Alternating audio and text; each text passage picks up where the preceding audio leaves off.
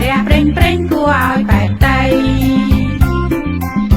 ច័ន្ទពេញបរមីរាមូលក្រឡងច័ន្ទពេញបរមីរាមូលក្រឡងព្រះច័ន្ទនឹងកា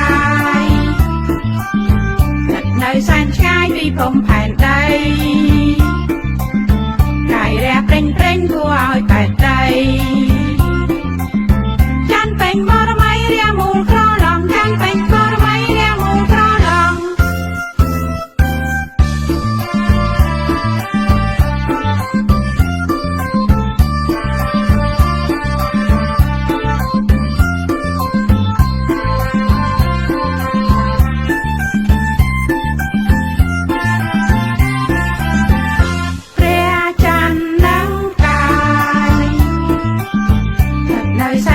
ពីព្រំផែនដីកាយរះព្រេងព្រេងគួរឲ្យបែបដីច័ន្ទពេញបរមីរាមូលក្រឡងច័ន្ទពេញបរមីរាមូលក្រឡងព្រះច័ន្ទនឹងកាយស្ថិតនៅសែនឆ្ងាយពីព្រំផែន